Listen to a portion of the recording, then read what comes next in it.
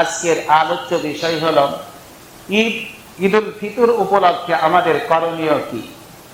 ঈদুল ফিতর উপলক্ষে আমাদের করণীয় কি সংক্ষিপ্ত পরিসরে বলে যায়। মা বোন যারা উপরে আছেন বিষয়টি একটু লক্ষ্য করবেন। প্রথমে চাঁদ উদিত হয়, শাওয়াল মাসের চাঁদ উদিত হয়। চাঁদ উদিত হলে তখন দোয়া করতে হয়। দোয়াটা হলো কি, আল্লাহু আকবার, আল্লাহুম্মা আহিল্লাহু আলাইনা বিল আমনি ওয়াল ঈমানি ওয়াস সালামাতি ওয়াল ইসলাম ওয়াত তাওফীক লিমা তুহিব্বু ওয়া তারদা রাব্বুনা ওয়া রাব্বুকাল্লাহ। অর্থ হলো আল্লাহু আকবার, আল্লাহ সবচেয়ে বড়। যিনি আমাদের জন্য চাঁদ উদয় করেছেন সেটা হলো নিরাপদের চাঁদ, ঈমানের চাঁদ, শান্তির চাঁদ, ইসলামের চাঁদ। এই চাঁদটা আমাদের জন্য শান্তির কারণ হিসাবে আল্লাহ নাজিল করে দিলেন।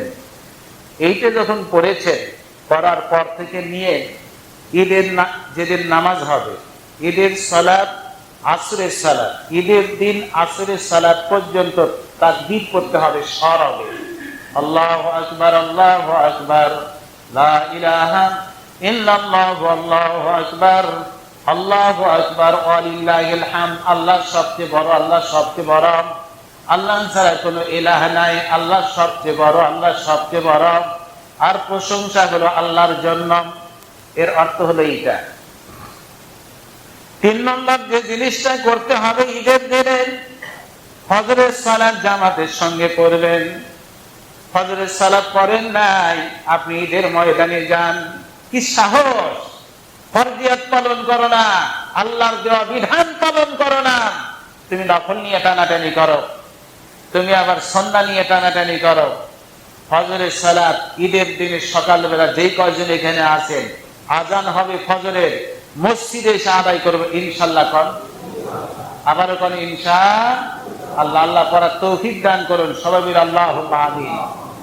আমার রাসূল বলেছেন, লাইসা সালাতুন আলাল মুনাফিকিনা মিনাল ফজরি ওয়াল ইশা। ইশার সালাত আর ফজরের সালাত মুনাফিকের কাছে সবচেয়ে বড় ভারী সালাত। এই দুটা সালাত হলো মুনাফিকের কাছে খুব ভারী। অপর সহিহ বুখারীর হাদিসে রয়েছে যে মানুষ যদি জানতে পারত ফজরের নামাজের কি দাম, মর্যাদা, মানুষ যদি জানতে পারত ঈশার নামাজের কি দাম, মর্যাদা, মানুষ এইরকম করে হামাগুড়ি দিয়ে হলেও মসজিদে আসতো, তারা এই ফজরের নামাজ আর ঈশার নামাজ জামাতবদ্ধভাবে আদা করত। আমি আপনাদের কাছে অনুরোধ করব, বন্ধুগণ, মুসলমান হেতু 5 ওয়াক্ত সালাত আদা করতে হবে। ফজরের নামাজ, ঈশার নামাজ সবচেয়ে বড় ভারী, এটা যেন আমরা জামাতবদ্ধভাবে আদা করতে পারি। আল্লাহর কাছে নিবেদন, হে আল্লাহ, এই বাকি জিন্দেগি আমাদেরকে ফজরের সালাত, ঈশার সালাত বিশেষ করে, তারপরে 5 ওয়াক্ত সালাত জামাতবদ্ধভাবে মসজিদে এসে ইমামের পিছনে আদা করা তুমি তৌফিক নসিব করো। আমরা সবাই বলি আল্লাহুম্মা আমিন। ঈদের নামাজের আর একটা সুন্নাত রয়েছে, সেটা হলো সকাল সকাল গোসল করবেন। 2 ঈদের নামাজে গোসল করা সুন্নাত। শুক্রবার দিনে আপনি গোসল করবেন সুন্নাত। এরপরে যারা হজের জন্য, উমরার জন্য ইহরাম বাঁধবে তাদের জন্য গোসল করা সুন্নাত। আরাফার ময়দানে জিলহজ মাসের 9 তারিখে সকাল সকাল গোসল করা সুন্নাত। যে ব্যক্তি মাইয়িতকে গোসল করায় দেয়, এই ব্যক্তি যেন গোসল করে নামাজের আগে, জানাজার নামাজের আগে গোসল করে, এটা সুন্নাত। কেউ মুসলমান হয়েছে কালিমা পড়ার আগে, এই ব্যক্তি যেন গোসল করে, এটা সুন্নাত। কাজে ঈদের নামাজের এই সুন্নাত যেন আমরা আমল করতে পারি। গোসল করেছেন, তেল লাগান, আতর ব্যবহার করেন। রাসূল 3টা জিনিস পছন্দ মনে করতেন। 1, আতর পছন্দ মনে করতেন। 2, সালাত পছন্দ মনে করতেন। 3, বিবিকে পছন্দ মনে করতেন। 3টা জিনিস আমার রাসূলের কাছে অত্যন্ত পছন্দনীয় ছিল। এরপরে পোশাক লাগান। নতুন পোশাক কিনেছেন আলহামদুলিল্লাহ, আর পুরাতন পোশাক যদি থাকে, এর মধ্যে 2-4টা পোশাক যারা আছে যেটা ভালো জামা, ওটা পরিষ্কার করে গায়ে ঈদের নামাজে যাবেন, তাহলে সুন্নাত পালন হবে। হাফেজ ইবনুল কাইয়্যিম উনি বলছেন, আল্লাহ রাসূল সবচেয়ে সুন্দর জামা পরে ঈদের ময়দানে যেতেন। আল্লাহ আমল করার তৌফিক দান করুন, সবাই বলে আল্লাহুম্মা আমিন। ঈদের ময়দানে যাওয়ার সময় মিষ্টি মুখ করে ঈদের ময়দানে যাওয়ার সুন্নাত। তা যদি খেজুর হয় সরাসরি সুন্নাহ পালন হয়। ইয়াকুলুহুন্না বিতরা, আল্লাহ রাসূল বেজুর সংখ্যক খেজুর খেয়ে ঈদের ময়দানে যেতেন। সুতরাং এই সুন্নাহ যেন আমরা পালন করতে পারি।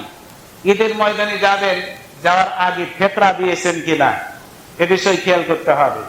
ফিতরা প্রত্যেকটা জন প্রতি মাথা পিছু এক সাআম মিন তামারিন আও সাআম মিন শাঈরিন ওয়া ফি রাওয়ায়া সাআম মিন তুআমিন, এক সা খেজুর, এক সা জব কিংবা এক সা প্রসিদ্ধ খাদ্য। আমরা অন্য কোনো ব্যাখ্যায় না গিয়ে প্রসিদ্ধ খাদ্য আমরা চাল দিব। চাল জন প্রতি 2.5 কেজি হিসাবে যেইটা আপনি খান সেইটা চাল আপনি নিয়ে এসে এখানে দিলেন, আপনার সদকাতুল ফিতর, যাকাতুল ফিতর আদা হয়ে গেল।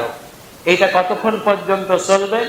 বলা আছে ক্বাবলা খুরুজুন নাস ইলা সালাত, যতক্ষণ পর্যন্ত ঈদগাহ না গিয়েছেন তার আগ পর্যন্ত আপনি সদকাতুল ফিতর আদা করতে পারবেন। এটাই হলো লাস্ট টাইম। এরপরে ঈদের নামাজ আদা করেছেন, স্বতঃস্ফূর্তভাবে সদকাতুল ফিতর গরিবদের মধ্যে এটা বন্টন করে দিবেন। আমার রাসূল বলেন তোহরা সিয়ামি মিনাল লাগবে ওয়ার রাফাতে, রোজার মধ্যে কিছু খারাপ কাজ হয়েছিল, মিথ্যা বলেছেন কিংবা দুরাচার কথা হয়ে গেছে, কারো প্রতি জুলুম করেছেন, ফিতরা আদা করেছেন, আপনার রোজাকে আল্লাহ পরিশুদ্ধি করে দিয়েছেন। সুবহানাল্লাহ। এরপরে ওই হাদিসে বলা আছে, আবু দাউদের হাদিস, তুমাতান লিল মাসাকিন, এটা মিসকিনদের জন্য খাদ্য, গরিবদের মধ্যে এটা বেশি বন্টন হবে। তা বাদ দিয়ে যখন যাকাতুল ফিতর যাকাতটা ব্যবহার হয়েছে তখন ওই 8 শ্রেণীর ব্যক্তির মধ্যে আছে। 8 শ্রেণীর মধ্যে একটা আছে ঋণগ্রস্ত ব্যক্তি যদি হয় তাকে দিতে হবে, ফকির হলে তাকে দিতে হবে, মিসকিন হলে তাকে দিতে হবে। ওয়াল মুআল্লাফাতি কুলুবুহুম, অন্তর জয় করা প্রয়োজন। অনেক বিধর্মী হিন্দু মুশরিক তারা বাড়িতে আসছে, আপনার আচার আচরণ দান দক্ষিণা দেখে ইসলামের প্রতি যাতে আকৃষ্ট হতে পারে ওদেরকেও দান করতে হবে। তারপরে বলা আছে যে ঋণগ্রস্ত ব্যক্তি, আগেই বলেছি ওয়াল গারিমিনা ওয়া ফি সাবিলিল্লাহি ওয়া ইবনিস সাবিল, ঋণগ্রস্ত ব্যক্তি যদি গরিব হয় ও গরিব হিসাবে একটা দিবেন, ঋণের দায় সে পরিশোধ করতে পারছে না, তাকে বেশি হেল্প করবেন। এরপরে আল জিহাদ ফি সাবিলিল্লাহ, এটা মসজিদ বিশেষ করে মাদ্রাসার দিকে এরা ইসলাম কায়েম করার জন্য চেষ্টা করবে, তাই এদেরকে হেল্প করতে হবে। আর মুসাফির যা আসে, এই সমস্ত মুসাফির আসলে মুসাফির নয়। মুসাফিরের সংজ্ঞা হলো কোন মাল সামানা হারায় গেছে, সে গরিবও হতে পারে ধনীও হতে পারে, এখন বাড়ি পর্যন্ত পৌঁছার জন্য তাকে হেল্প করা, এই ব্যক্তি হলো মুসাফির। আমাদের এলাকাতে যে মুসাফির আসে মাশাআল্লাহ তাকেও দিবেন। ফারিজাতাম মিনাল্লাহ ওয়াল্লাহু আলিমুন হাকীম, এটা আল্লাহর পক্ষ থেকে ফরজ করা হয়েছে। আল্লাহ হলেন সুমহান, আল্লাহ হলেন সবচেয়ে বড় বিজ্ঞ। যাকাতুল ফিতর আদা করে ঈদের ময়দানে যাচ্ছেন, যাওয়ার সময় পায়ে হেঁটে যান।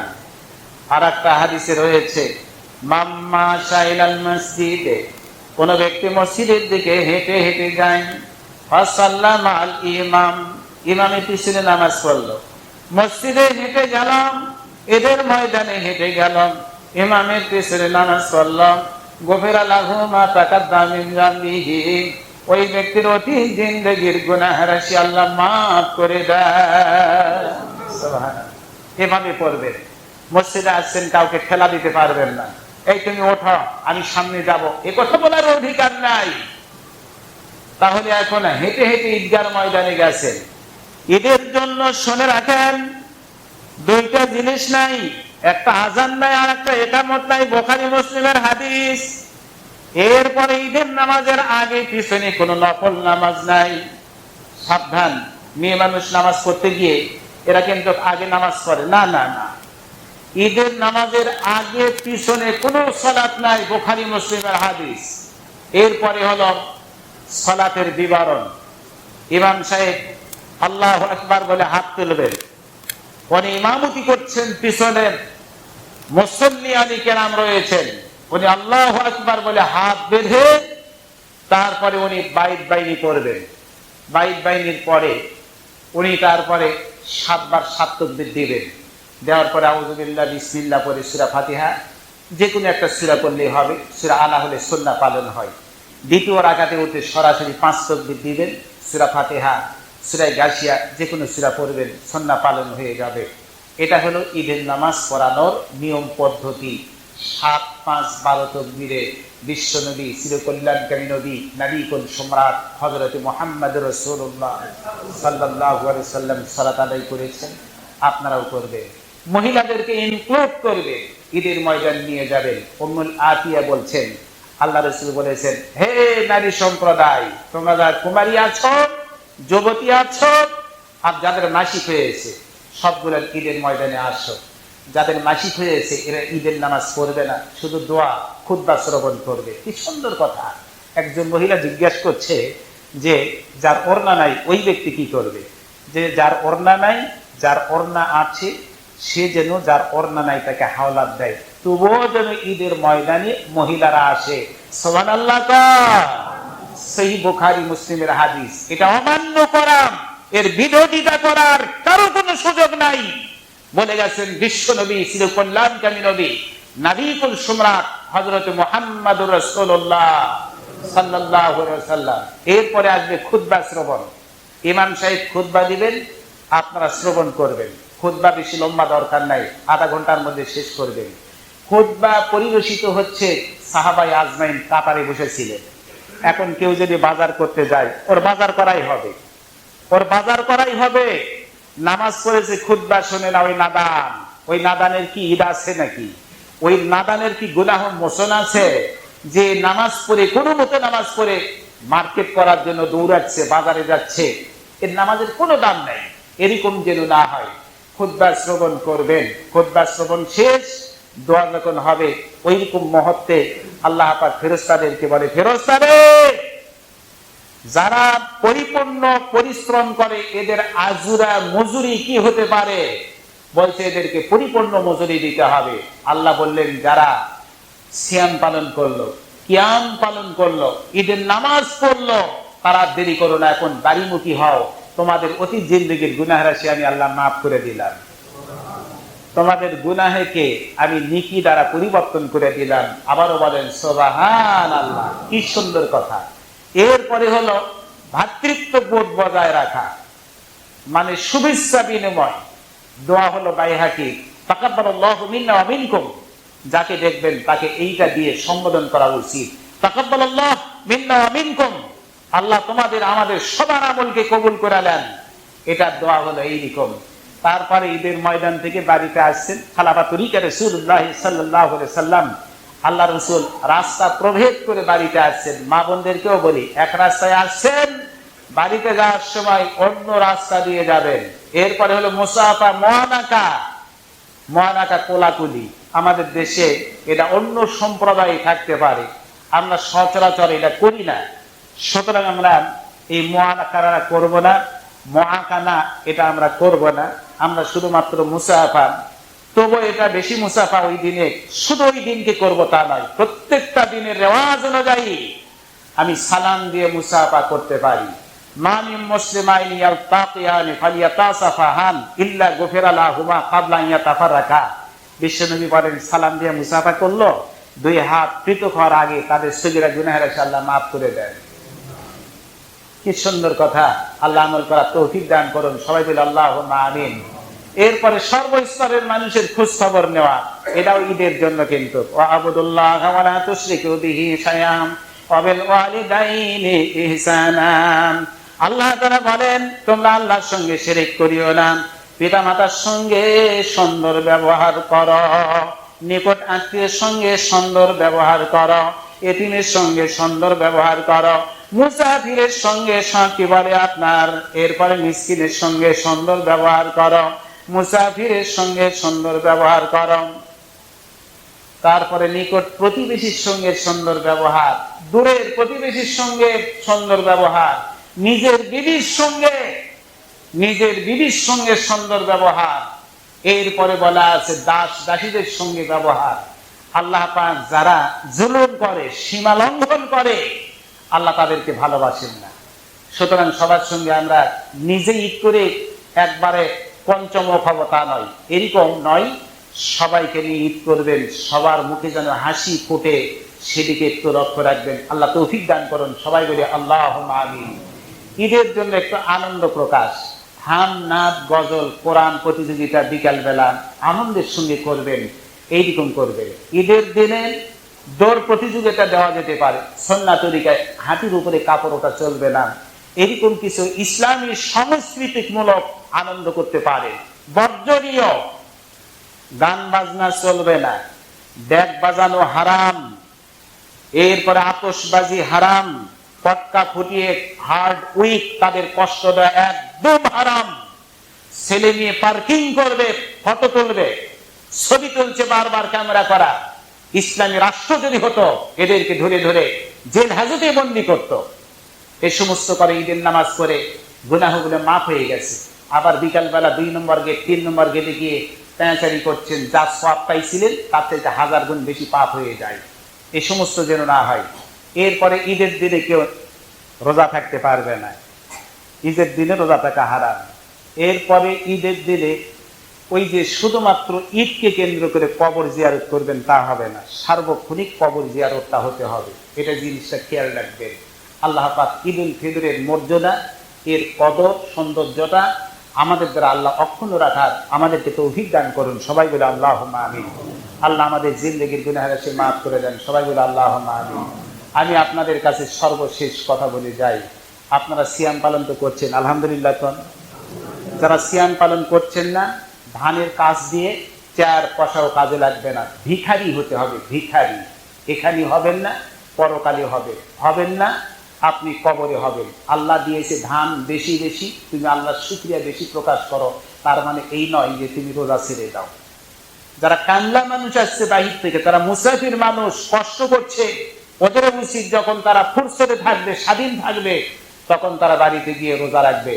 আমিও তো আজ থেকে 36 বছর আগে ফাজল ক্লাসের ছাত্র ছিলাম।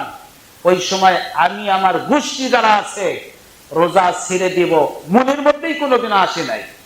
সিয়াম পালন করেছে 36 বছর আগে। কাজে এগুলি লক্ষ্য রাখবেন। ঈদগাহ ময়দানে যাবেন, যেখানে সালাত আদায় হবে, এ নিয়ে কোনো কেসাল, মাথার মধ্যে হিংসা, দুর্বলতা, কোনো প্রকার কিছু যেন না আসে। আপনি মনে করবেন যে আমি ঈদের ময়দানে যাচ্ছি আল্লাহকে খুশি করার জন্য। লাইসাল ঈদু লিমান লাবিসাল জাদিদা, লাইসাল ঈদু লিমান লাবিসাল জাদিদা, ইন্নামাল ঈদু লিমান তাবা ওয়া লা ইয়াউদ। কবি শ্রেষ্ঠ আল্লামা ইকবাল বলছেন, ঈদ শুধুমাত্র সুন্দর পোশাক পরার জন্য নয়।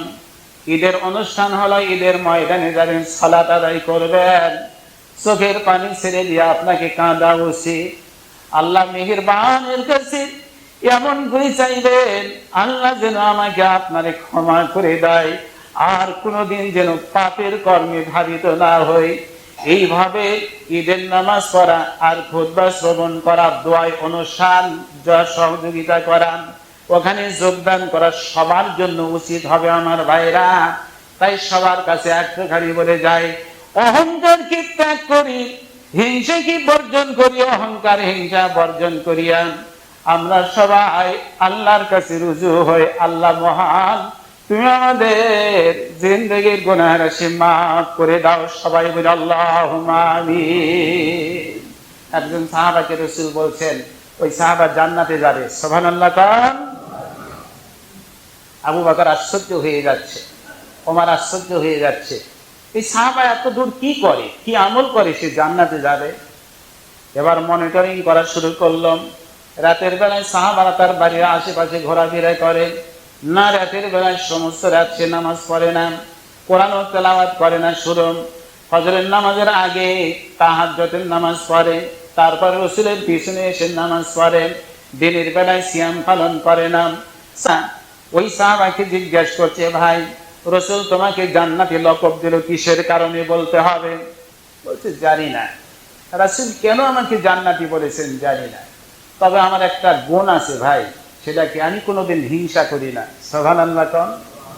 কোনো ব্যক্তি যদি অন্যায় করে আমি ক্ষমা করে দিই, কোনোদিন প্রতিশোধ গ্রহণ করি না, আমি কাউকে হিংসা করি না। সাহাবা নির্বাক হয়ে গেছে, হিংসা না করার কারণে আল্লাহ রসুল এই ব্যক্তিকে জান্নাতি আখ্যা দিয়েছেন। আওয়াজ দিয়ে বলেন সুবহানাল্লাহ। হিংসা বর্জন করেন। বাড়ির আশেপাশে এমন ব্যক্তি আছেন এখনো পোশাক নাই, নতুন পোশাক হতে হবে এমন কোনো কথা নাই, পরিবারে সুন্দর পোশাক নাই, যার জোট নাই জমি নাই, আপনার দিকে চেয়ে আছে।